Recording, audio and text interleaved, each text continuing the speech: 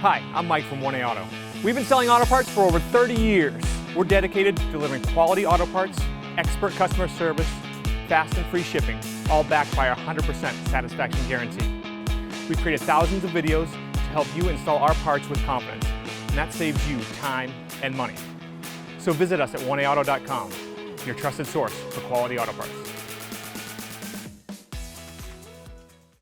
In this video, we're going to be working with our 2001 Ford Ranger 4.0 liter V6. We're going to show you how to remove and replace your radiator, as well as how to properly fill and bleed your cooling system after you finish the repair.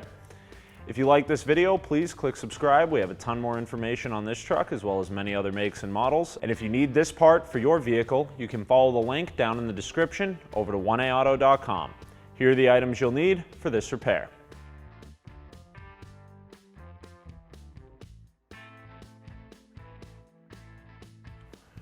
Remove the radiator cap at the top of the radiator on the driver's side.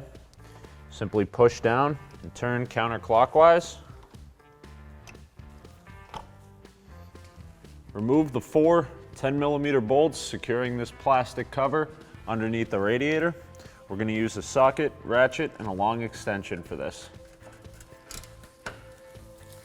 We put our vehicle on the lift to make it easier to show you, but you should be able to do this job with the vehicle on the ground.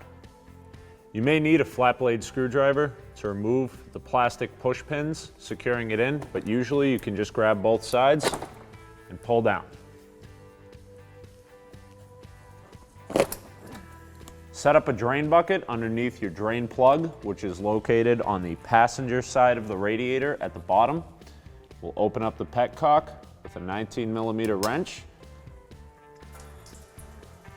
Don't open the drain plug all the way, as coolant will come out the end where the plug sits in. So we'll crack it loose until it starts draining and wait for the radiator to be completely empty. Reinstall the petcock by hand. Just wipe that little bit of drip off the bottom there. Remove our drain bucket.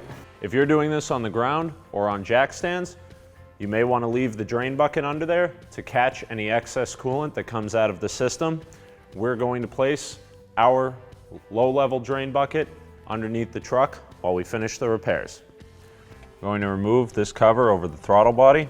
Use a small Phillips head screwdriver to remove these two screws, and a 7mm socket and ratchet for the bolt in the back.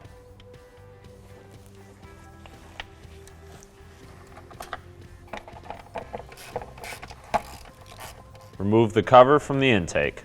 Using a flat blade screwdriver, we'll loosen the hose clamp on the throttle body side of the intake boot. We'll remove that from the throttle body.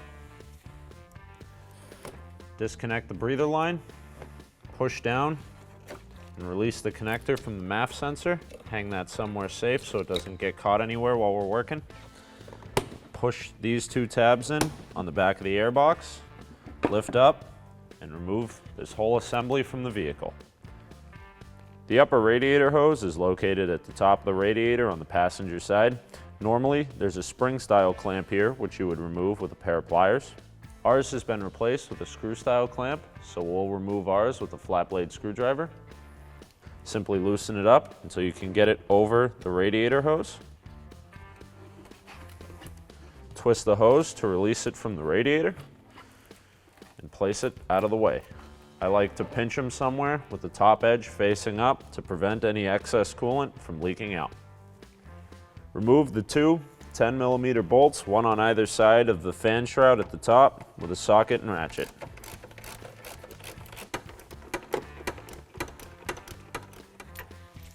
Once the bolts are out, lift up to release the fan shroud from its tabs and hang it back over the fan. Now we'll remove the radiator overflow hose, as well as the two transmission cooler lines from the side of the radiator. These are located on the driver's side. The expansion tank hose simply comes off. We'll lay that off to the side. We're going to use a 16mm wrench to remove the two transmission cooler lines. It's very important. This is a hollow nut here. They call it a flare nut. It's very important that when we remove this, you watch to make sure that the nut is rotating around the hose and that this line is not twisting with the nut. Otherwise, it's going to break, make this repair a lot more in depth. We've also placed a drain bucket underneath to pick up any transmission fluid that leaks out.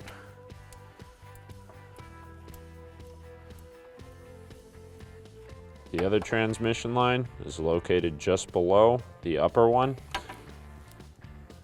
about 3/4 of the way down the radiator.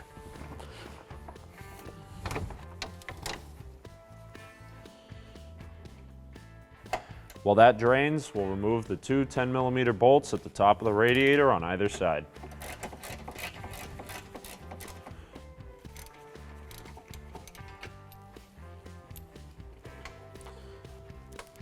Now our radiator is free at the top. We'll remove the hose at the bottom and be able to finish taking it out of the truck. Using a pair of pliers, we'll compress the clamp on the lower radiator hose, which is on the driver's side here. Slide it back and out of the way. Twist it to release it from the radiator. Again, we have a drain bucket under here still to catch anything that comes out.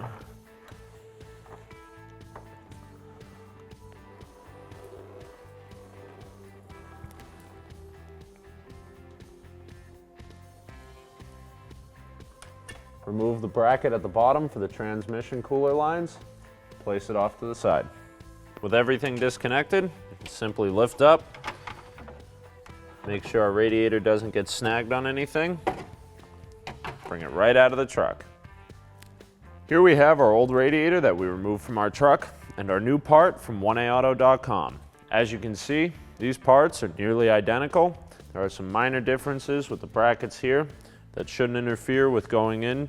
We have the same hooks at the bottom for our fan shroud, as well as the same speed nuts at the top there to bolt the top into. Same hose locations, same petcock, and two new fittings for our transmission cooler lines. So if you need a new radiator, this new part from 1A Auto is going to go in direct fit, just like your original equipment, and fix you up right. Carefully insert the new radiator into the truck.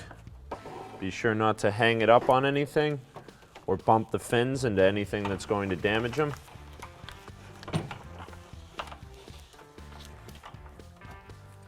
Remember, we have those two arms on the side that have to sit into their brackets.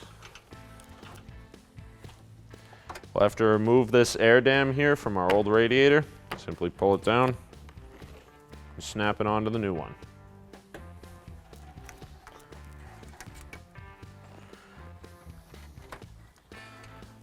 Reinstall the two 10mm bolts at the top of the radiator. Tighten the bolts down with a 10mm socket and ratchet.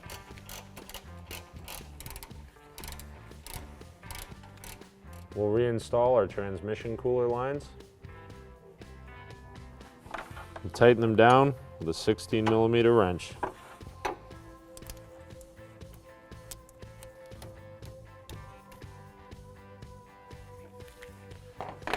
We'll lift up on our fan shroud, set it into its slots, reinstall the two 10mm bolts at the top on either side.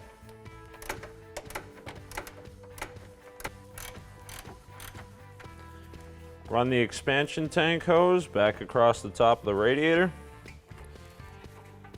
Reconnect it at the filler neck. Reinstall the upper radiator hose and tighten the clamp back down with a flat blade screwdriver, or use the method with the pliers if you still have the OEM spring style clamps. Reinstall the bottom hose onto the radiator. Now I've replaced the OEM style spring clamp with one of these screw type band clamps, simply because I don't like the spring style. They lose their tension after a while and they can rust out. They're difficult to remove and install. You have to get pliers in there and they loosen up and create leaks at the end of the hose, which are really annoying to fix, especially after you just got done working with this system. So these screw style clamps can be done with just a flat blade screwdriver. They're easier to work with and they stay nice and tight. If they ever loosen up, we can just put a couple of turns on them to seal up the end of the hose again. Tighten this up with a flat blade screwdriver. Push the transmission line cooler retainer back into its hole at the bottom of the radiator. Reinstall the bottom cover. Remember, it has the plastic clips to help you line it up. Then install the 4 10mm bolts with a socket, ratchet, and extension. There are 2 on each side.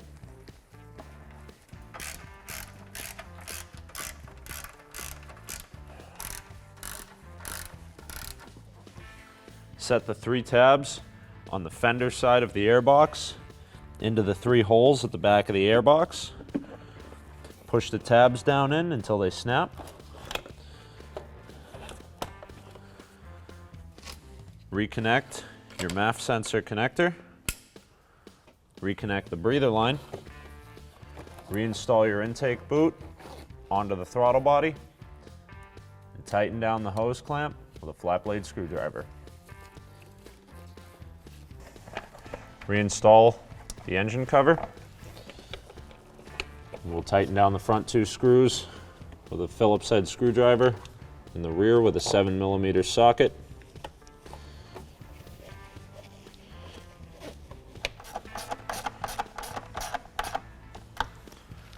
Anytime this coolant level has been dropped, you'll have to bleed the system the way you see here.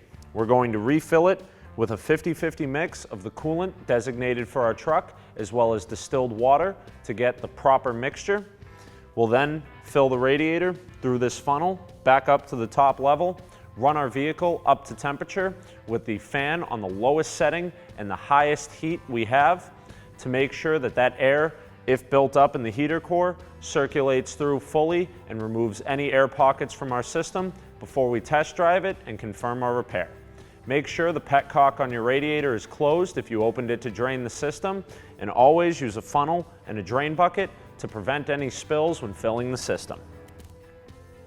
After filling the radiator completely, start the vehicle with the radiator cap off and a drain bucket underneath.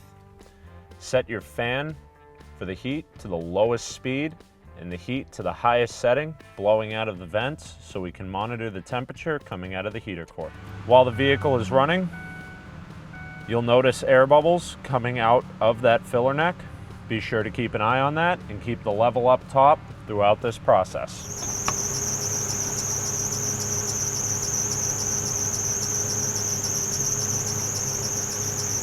You can see here that our vehicle needs more coolant. This means that our vehicle has probably gotten up to temp and that thermostat is opened, allowing the air inside of the block to be pushed out by the coolant and the rest of the cooling system.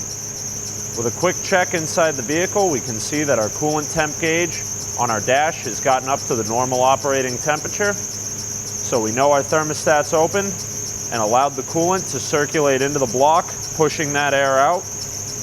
Now we just need to wait for the level to stop dropping so we know our coolant's full, and check that we have proper operation of the heat to be sure that the heater core has had all those air bubbles pushed out as well.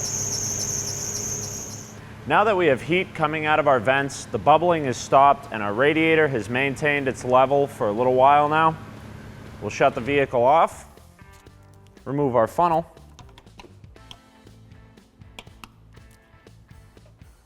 level stayed right up top. We'll reinstall our cap. The level in our radiator overflow tank, which is located here, hasn't changed, so there's no need to touch that, but you can top it off if necessary. So now we'll wash down any spilt coolant off of our engine and test drive our vehicle. Always be sure to monitor your cooling temperatures anytime you have to bleed the system on the initial test drive to be sure the vehicle doesn't overheat. Thanks for watching. Visit us at oneauto.com for quality auto parts, fast and free shipping, and the best customer service in the industry.